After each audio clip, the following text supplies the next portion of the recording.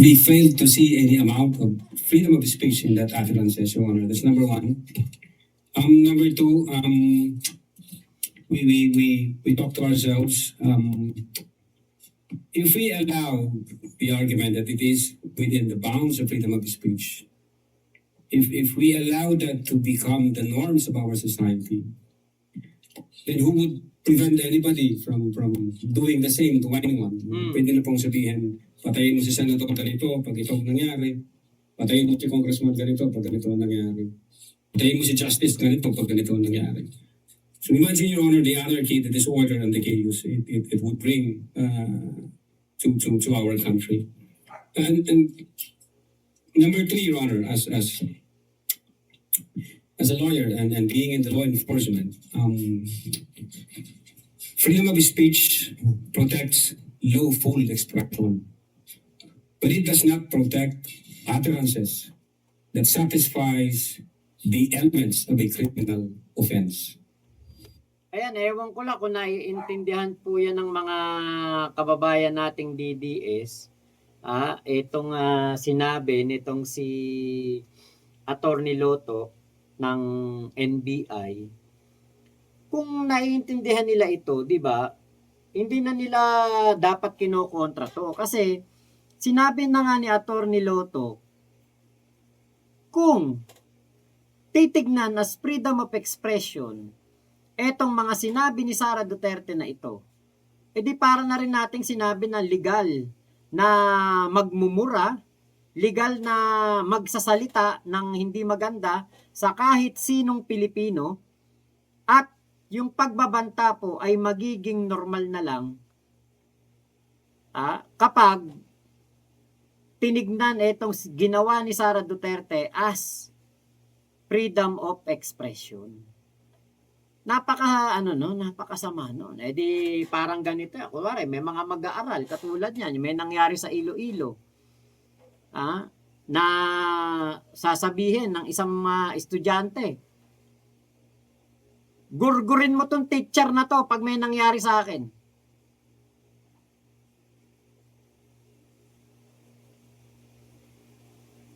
Paano kung may makarinig na ibang estudyante galit din dun sa teacher?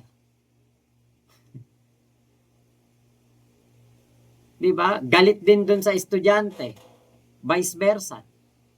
Pag nagurgur yung teacher, mapagbibintangan yung estudyante. Pag nagurgur yung estudyante, ang pwedeng pagbintangan yung teacher. Hindi yan yung yan po yung mga bagay na sobrang komplikado na dapat iniintindi po ng ating mga kababayan kung bakit etong si Sara Duterte ay dapat ma-impeach. Kasi kailangan niya maging responsable sa kanyang mga sinasabi, kailangan niya maging responsable sa mga utterances na kanyang binibigkas. Bakit? Lalo pa yun, Vice Presidente ka. Kailangan mo na maging mabuting ehemplo sa ating mga kabataan, sa ating mga kababayan. Hindi porke Vice Presidente ka, kahit anong sabihin mo, magmumura ka dyan, magsasalita ka ng hindi maganda, magbanta ka ng magbanta, ligtas ka na sa kasuhan, ligtas ka na sa mga posibleng pwede mong matanggap na kaso.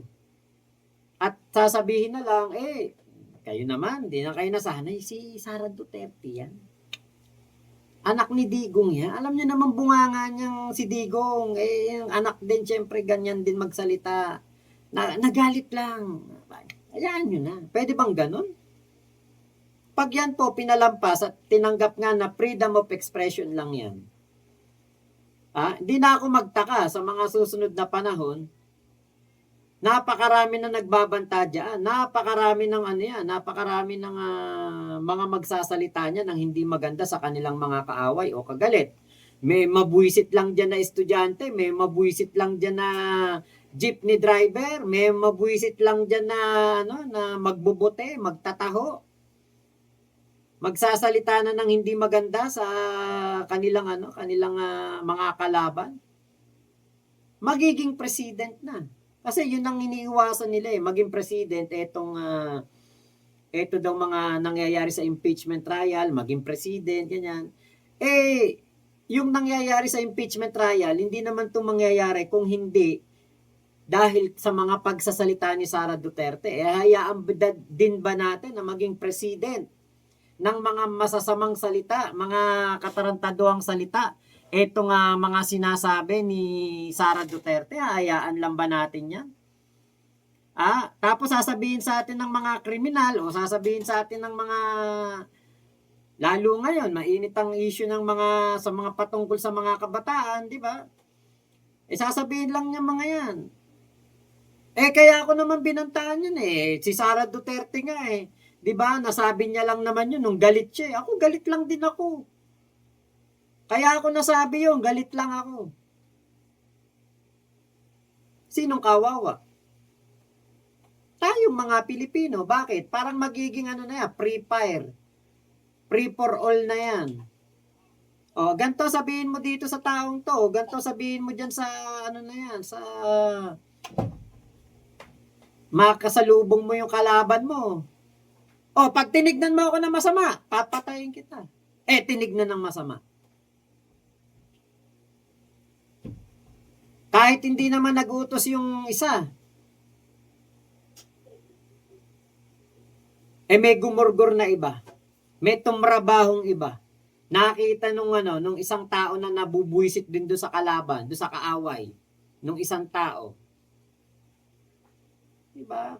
Kaya dapat dito si Sara Duterte,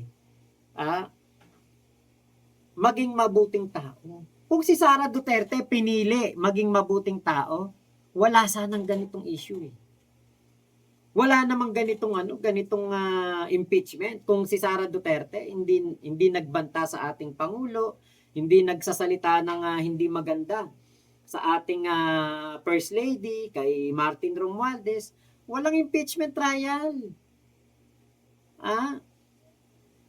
Ang issue lang sa impeachment trial, yung pagnanakaw lang ni Sara, yung 125 million, yung nasa 300 million na pinapasole ng COA dahil hindi po tama ang paggamit, ang paggasta.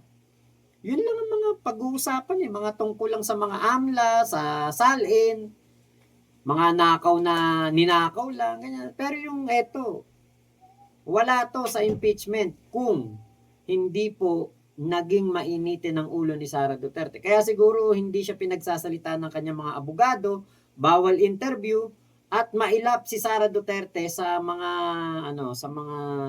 media. Kasi nga po, baka makapagsalita pa ng hindi maganda sa harapan ng media, madagdagan pa yung kaso niya. So, yun lamang po. Maraming salamat sa pagsama nyo dito sa aking vlog nito. Kuya Henry Rayonicose. Ayan. Hello po. Shoutout po sa inyo. Ingat po kayo. Nasaan mang panig kayo ng mundo. Momo chup chup. Love you. God bless us all, Pilipinas. God first. Salamat po.